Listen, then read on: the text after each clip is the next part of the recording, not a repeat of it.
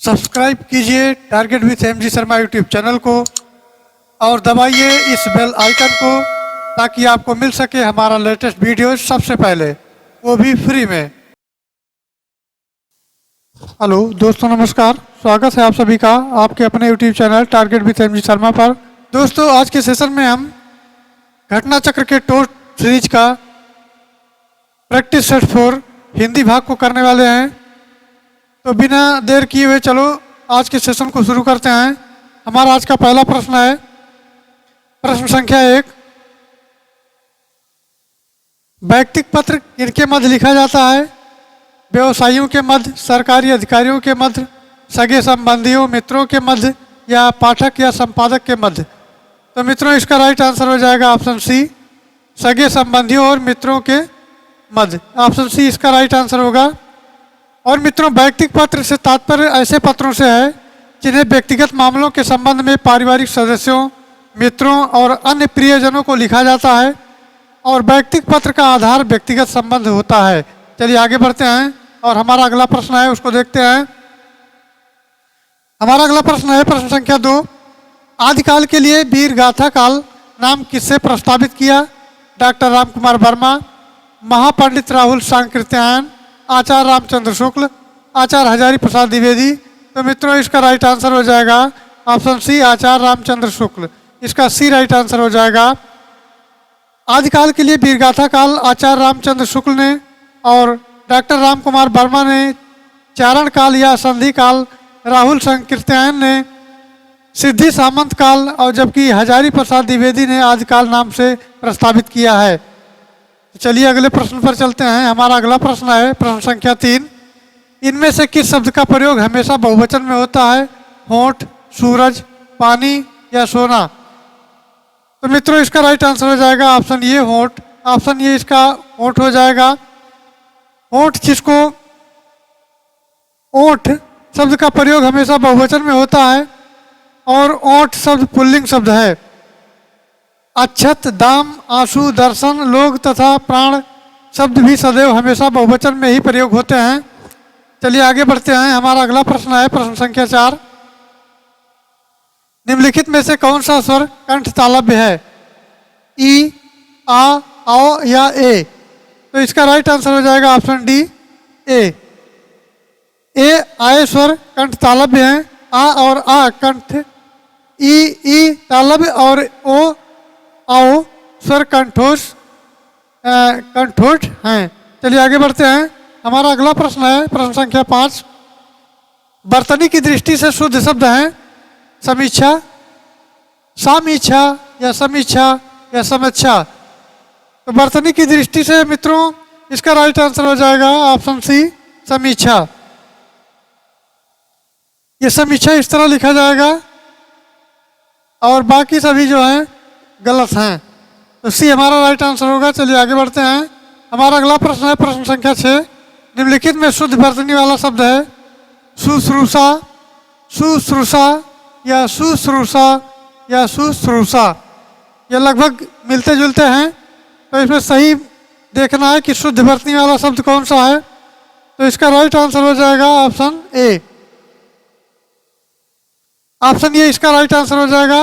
अर्थात शुश्रूषा जो है आपका इस तरह लिखा जाएगा, ये इस तरह लिखा जाएगा। ये बहुत ही इंपॉर्टेंट प्रश्न है। चलिए आगे बढ़ते हैं। हमारा अगला प्रश्न है प्रश्न संख्या 7। मातृणाम का शुद्ध संधि विच्छेद है मातृणाम, मातृणाम, मातृणाम या मातृणाम? तो विकल्पों को ध्यान से देखते हैं और इसमें कंफ्यूजन भी बहुत है। तो 7वें का हमारा राइट आंसर हो जाएगा ऑप्शन बी, मातृधन ऋणाम, और ये इसका शुद्ध शब्द होगा। चलिए आगे बढ़ते हैं। हमारा अगला प्रश्न है प्रश्न संख्या 8। प्रतिधन आघात का संधि रूप क्या होगा? प्रत्याघात, प्रत्याघात, प्रत्याघात या प्रत्याघात? तो प्रतिधन आघात का हो जाएगा ऑप्शन ये, प्रत्याघात। यही सही है, बाकी सब रॉन्ग हैं। तो ये हमारा राइट आंसर हो जाएगा। चलिए आगे बढ़ते हैं। हमारा अगला प्रश्न है प्रश्न संख्या 9। धीरे धीरे का समास है, द्वंद्व समास, अव्ययीभाव समास, कर्मधारय समास या द्विगु समास। तो मित्रों इसका राइट आंसर हो जाएगा ऑप्शन बी, अव्ययीभाव समास। धीरे धीरे जो हमारा है वो अव्ययीभाव समास है और ये क्रिया विशेषण अव्यय का काम करता है, अर्थात ये कहा जाए क्रिया की विशेषता बताता है और पहले खंड में प्रधानता होती है।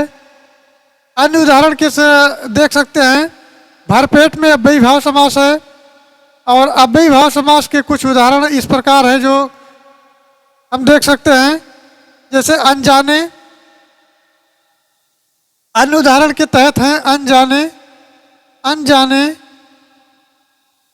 और दूसरा है दिनों दिन, दिनों दिन। और तीसरा है रातों रात, रातों रात।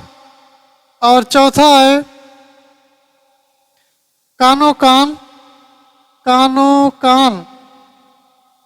इसी प्रकार हाथों हाथ, हाथों हाथ। और नेक्स्ट आता है बीचों बीच, बीचों बीच। और धीरे धीरे तो ऑलरेडी है ही है, धीरे धीरे। तो ये सब हमारे आते हैं अव्ययीभाव समास में। ऑप्शन बी इसका राइट आंसर होगा। चलिए आगे बढ़ते हैं। हमारा अगला प्रश्न है प्रश्न संख्या 10। हमारा अगला प्रश्न है प्रश्न संख्या 10।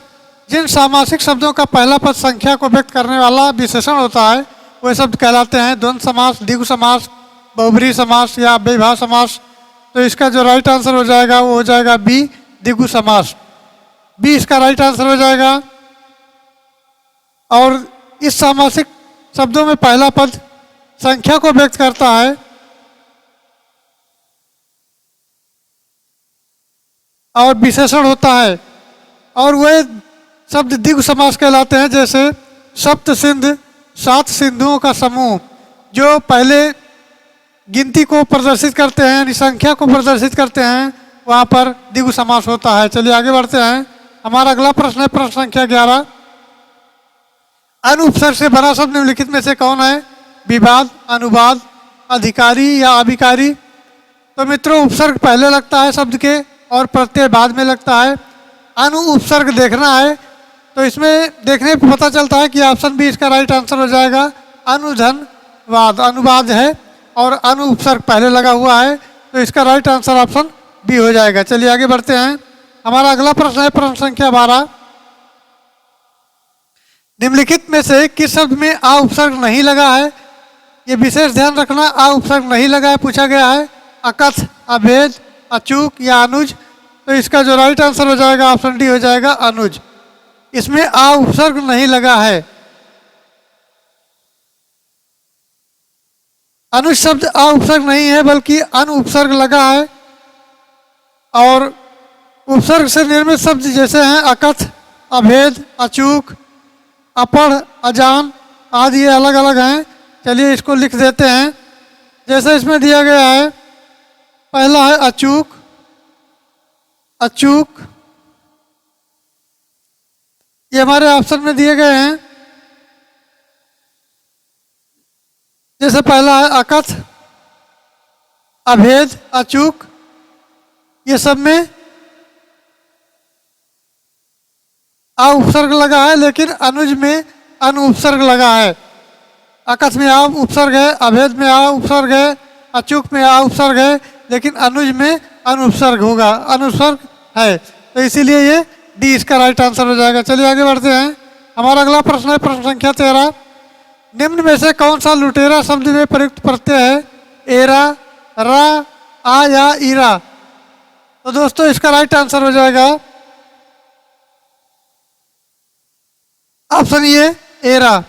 लुटेरा में एरा, एरा प्रत्यय लगा हुआ है।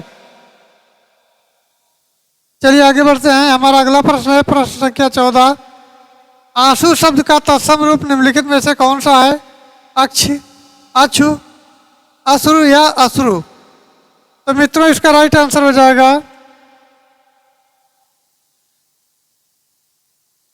अक्ष मीन्स होता है आंख, अक्ष मीन्स होता है आंख, और चक्षु मीन्स होता है चख।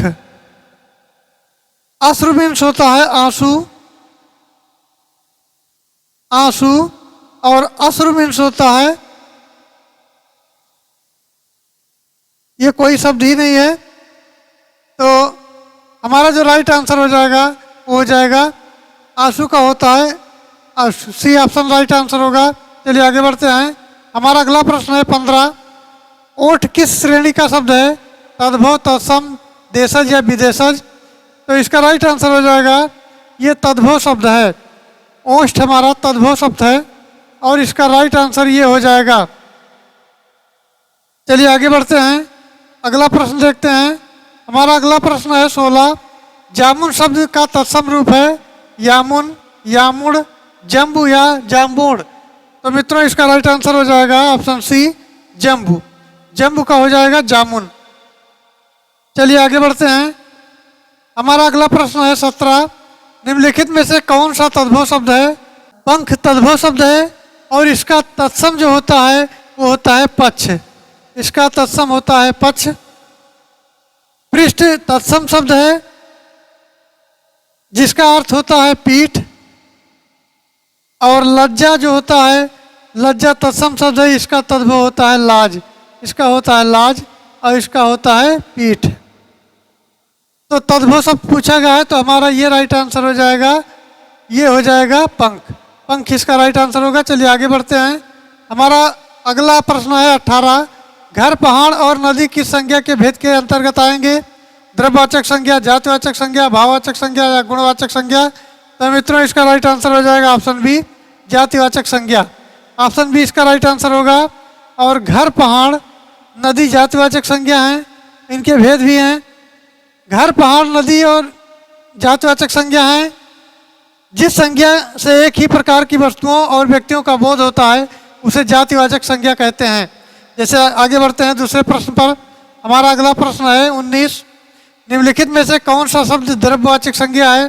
खटाई, मिठाई, दूध या ठंड? तो इसका राइट आंसर हो जाएगा ऑप्शन सी दूध। जिस संज्ञा के नाम में नाप तोल वाली वस्तु का बोध हो उसे द्रव्यवाचक संज्ञा कहते हैं। जैसे दूध, पानी, लोहा, सोना, चांदी और तेल आदि। इसमें नाप तोल की गणना की जाती है तो वहाँ पर द्रव्यवाचक संज्ञा होता है। चलिए आगे बढ़ते हैं। हमारा अगला प्रश्न है 20। निम्नलिखित में से कौन सा विशेषण संज्ञा से नहीं बना है? श्रीमान, दानी, सुंदर या चमकीला?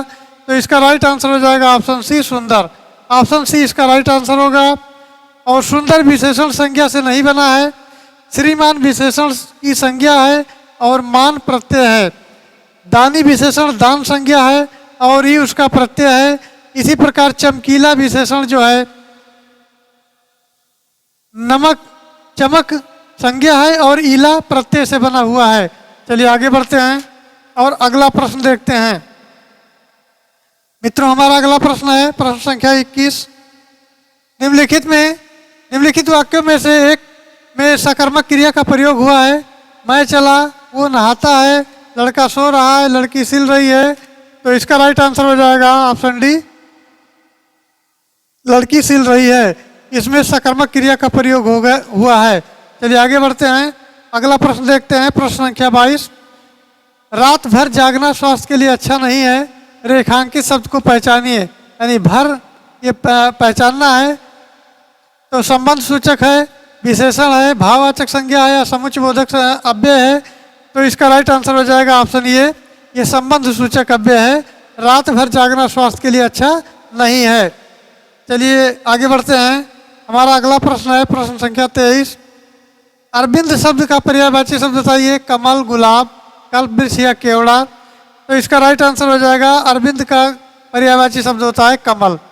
कमल इसका पर्यायवाची शब्द होता है, इसीलिए 23 का कमल राइट आंसर होगा। चलिए आगे बढ़ते हैं और अगला प्रश्न देखते हैं। हमारा अगला प्रश्न है प्रश्न संख्या 24। कैरो, नलिनी, चंद्र, प्रिया किसके पर्यायवाची शब्द हैं? कौमुदी, सौदामिनी, कुमुदनी या कुमुद कला? तो इसका राइट आंसर हो जाएगा ऑप्शन सी कुमुदनी। और मित्रों नलिनी, कैरो, चंद्र, प्रिया, कमलिनी आदि कुमुदनी की पर्यायवाची शब्द हैं और कुमुदिनी इसका राइट आंसर हो जाएगा। चलिए आगे बढ़ते हैं, 25 देखते हैं। प्रश्न संख्या 25,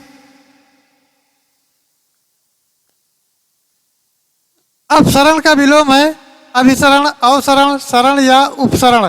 तो इसका जो राइट आंसर होगा ऑप्शन ए अभिसरण। अपसरण शब्द का विलोम अभिसरण होता है और शेष में त्रुटियां हैं, तो ये होगा नहीं, ये इसका राइट आंसर होगा। चलिए आगे बढ़ते हैं। अगला प्रश्न है 26, तिमिर शब्द का विलोम है आलोक, किरण, रंगीन या रंगहीन। तो इसका राइट आंसर हो जाएगा ऑप्शन ए आलोक। तिमिर का विलोम होता है, तिमिर मीन्स होता है अंधेरा और आलोक मीन्स होता है प्रकाश, तो तिमिर का उल्टा हो जाएगा आलोक, ये इसका राइट आंसर होगा। चलिए आगे बढ़ते हैं। अगला हमारा है 27, नीति का विलोम है कुनीति, रणनीति, सुनीति या अनीति। तो इसका राइट आंसर हो जाएगा ऑप्शन डी अनीति। नीति का विलोम है अनीति और कुनीति और सुनीति परस्पर विलोम है। चलिए आगे बढ़ते हैं। हमारा अगला प्रश्न है 28, तैरती चलती है इसलिए नाव को कहते हैं, रिक्त स्थान में निम्नलिखित में से कौन सा शब्द आएगा? तरणी, तरणी, तरुणी या तरणी। तो इसका राइट आंसर हो जाएगा ऑप्शन बी तरणी। तैरती चलती है इसलिए नाव को तरणी कहते हैं, रिक्त स्थान में इस तरह का खाली स्थान भरना है। चलिए आगे बढ़ते हैं। हमारा अगला प्रश्न है 29, अंतर्राष्ट्रीय हिंदी कवि सम्मेलन का भरना है स्वयं में बड़ा काम है, आयोजन, संगठन, परियोजन या आरक्षण। तो इसका राइट आंसर हो जाएगा ऑप्शन ए आयोजन में स्वयं में बड़ा काम है। अंतर्राष्ट्रीय हिंदी कवि सम्मेलन का आयोजन स्वयं में बड़ा काम है। चलिए आगे बढ़ते हैं। हमारा अगला प्रश्न है 30 देख लेते हैं।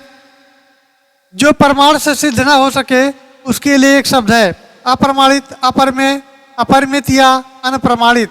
तो इसका राइट आंसर हो जाएगा ऑप्शन बी अपरमेय। जो प्रमाण से सिद्ध ना हो सके उसे अपरमेय कहते हैं। चलिए आगे बढ़ते हैं। हमारा अगला प्रश्न है 31, तैरने की इच्छा को कहते हैं तरणेच्छा, तितीर्षा या संतरणेच्छा या जलवतरणेच्छा। तो इसका राइट आंसर हो जाएगा ऑप्शन बी तितृषा। तितृषा इसका राइट आंसर हो जाएगा। चलिए आगे बढ़ते हैं। हमारा अगला प्रश्न है 32, उसने तो मेरी आंखें खोल दी रेखांकित मुहावरे का अर्थ होगा भ्रम को दूर करना, किसी बात पर ध्यान न देना, स्वागत के लिए राह देखना और इसका लास्ट ऑप्शन है अंधकार दूर करना। तो मित्रों इसका राइट आंसर हो जाएगा ऑप्शन ये भ्रम को दूर करना। उसने तो मेरी आंखें खोल दी यानी भ्रम को दूर कर दिया। चलिए आगे बढ़ते हैं। हमारा अगला प्रश्न है 33 देख लेते हैं।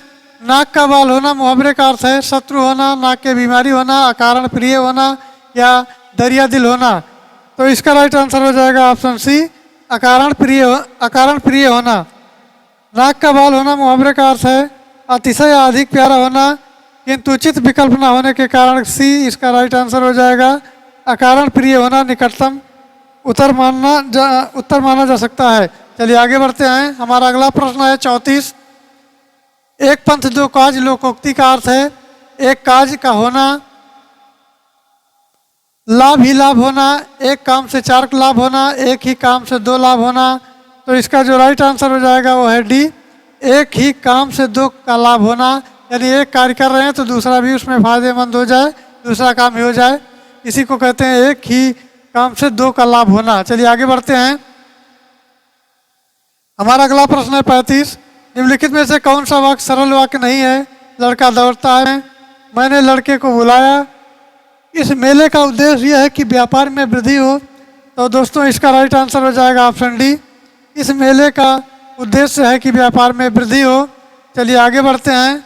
हमारा अगला प्रश्न है 36, जिस वाक्य में साधारण और वाक्य को मेल संयोजन द्वारा होता है उसे कहते हैं मिश्र वाक्य कहते हैं, संयुक्त वाक्य कहते हैं, सरल वाक्य कहते हैं या प्रश्नवाचक वाक्य कहते हैं। तो इसका राइट आंसर हो जाएगा संयुक्त वाक्य कहते हैं। चलिए आगे बढ़ते हैं। हमारा अगला प्रश्न है 37, तुमको मुझे पढ़ाना है, अशुद्ध अंश को पहचानिए, तुमको मुझे पढ़ाना और है। तो इसका जो राइट आंसर होगा ऑप्शन ये होगा तुमको। वाक्य में तुमको के स्थान पर आपको का होना जरूरी होता है और ये शुद्ध वाक्य नहीं है, तो तुमको की जगह पे आप होना चाहिए, इसलिए ये गलत है। चलिए आगे बढ़ते हैं। हमारा अगला प्रश्न है 38। जिस वाक्य में कर्म के अनुसार क्रिया में परिवर्तन होता है उस वाक्य को कहते हैं कृतवाच्य, कर्मवाच्य, भाववाच्य या संयुक्त वाच्य। तो दोस्तों इसका राइट आंसर हो जाएगा ऑप्शन बी, क्रमवाच्य। इसका ऑप्शन बी राइट आंसर होगा, क्रमवाच्य। चलिए आगे बढ़ते हैं और अगला देखते हैं 39। माँ ने बाजार से कपड़ा खरीदा, रेखांकित शब्द का कारक बताइए। कर्ता कारक, करण कारक, कर्म कारक या अधिकरण कारक। तो इसका राइट आंसर हो जाएगा ऑप्शन सी, कर्म कारक। कर्म कारक इसका राइट आंसर होगा। चलिए आगे बढ़ते हैं। हमारा अगला प्रश्न है 40। पेड़ से पत्ते गिरते हैं में कारक है, तो ये अपादान कारक हो जाएगा। कर्ता कारक, करण कारक, संबंध कारक, अपादान कारक, तो अपादान कारक इसका राइट आंसर हो जाएगा। चलिए आगे बढ़ते हैं। मित्रों इस वाक्य में पेड़ से पत्ते गिर रहे हैं यानी पेड़ से पत्ते अलग हो रहे हैं, तो इस कंडीशन में जहां अलगाव की स्थिति होती है वहां पर अपादान कारक होता है। चलिए आगे बढ़ते हैं। हमारा अगला प्रश्न है 41। विकल्पों में से पुल्लिंग शब्द का चयन करें। तेजस्वी, तपस्विनी, हंसनी या परोपकारिणी। तो इसका राइट आंसर हो जाएगा ऑप्शन ए। ऑप्शन ए इसका राइट आंसर होगा, तेजस्वी। चलिए आगे बढ़ते हैं। हमारा अगला प्रश्न है 42। कौआ के स्त्रीलिंग में निर्धारण के लिए क्या कहा जाता है।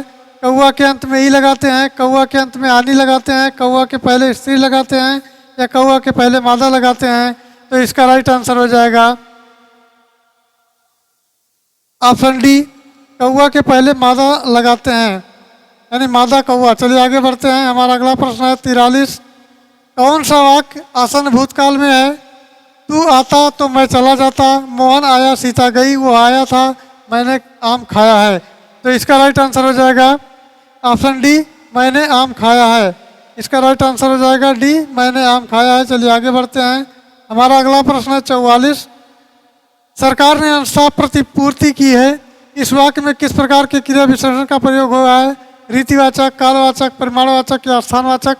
तो इसका राइट आंसर हो जाएगा ऑप्शन सी, परिमाणवाचक। परिमाणवाचक इसका राइट आंसर होगा।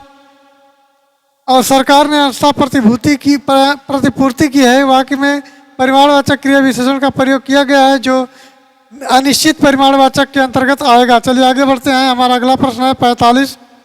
निम्न में वर्तनी की दृष्टि से अशुद्ध शब्द हैं आनुषंगिक, आध्यात्मिक, ऐतिहासिक या दायित्व। तो इसका राइट आंसर हो जाएगा ऑप्शन सी, ऐतिहासिक। ऐतिहासिक वर्तनी की दृष्टि से अशुद्ध शब्द है जिसका शुद्ध रूप ऐतिहासिक है, शब्द अशुद्ध हैं। चलिए आगे बढ़ते हैं। हमारा अगला प्रश्न है 46। आधुनिक भारतीय भाषाओं का विकास किससे हुआ है। अपभ्रंश भाषा से, अवधी भाषा से, खड़ी बोली से या ब्रज भाषा से। तो मित्रों इसका राइट आंसर हो जाएगा ऑप्शन ए। ऑप्शन ए इसका राइट आंसर हो जाएगा यानी अपभ्रंश भाषा से। चलिए आगे बढ़ते हैं। हमारा अगला प्रश्न है 47। निम्नलिखित आधुनिक भाषाओं में जिसके संबंध अपभ्रंश की पैचासी बोली से है, राजस्थानी, गुजराती, पंजाबी या बंगाली। तो मित्रों इसका राइट आंसर हो जाएगा ये पंजाबी। 47 का ऑप्शन सी पंजाबी हो जाएगा। और इसी तरह से गुजराती, सौरसैनी अपभ्रंश तथा बंगाली के विकास अवधी अपभ्रंश से हुए हैं। चलिए आगे बढ़ते हैं। हमारा अगला प्रश्न है 48। एफिडेविट का हिंदी अनुवाद होगा शपथ पत्र, प्रस्ताव, समायोजन या विवरण। तो मित्रों हमारा राइट आंसर हो जाएगा एफिडेविट का होता है शपथ पत्र। ऑप्शन ये राइट आंसर होगा। चलिए आगे बढ़ते हैं। हमारा अगला प्रश्न है 49। एज मेंटेन्ड दियरिन का हिंदी अनुवाद होगा जैसा कि उसने उल्लेखित किया है। यथोक्त विषय जैसा कि बताया जा चुका है, समेकित रिपोर्ट प्रस्तुत की जाए। तो मित्रों इसका राइट आंसर हो जाएगा ऑप्शन ए, जैसा कि उसने उल्लेख किया गया है। चलिए आगे बढ़ते हैं। हमारा आज का और अंतिम प्रश्न 50। शुद्ध शब्द चुनिए। प्रतिनिधि, प्रतिनिधि, प्रतिनिधि या प्रतिनिधि। तो मित्रों इसका राइट आंसर हो जाएगा ऑप्शन बी, प्रतिनिधि। तो दोस्तों आई होप वीडियो समझ में आया होगा। चैनल को लाइक करें, सब्सक्राइब करें और मित्रों में शेयर करें। वीडियो में लास्ट तक बने रहने के लिए धन्यवाद। Thanks for watching. जय हिंद।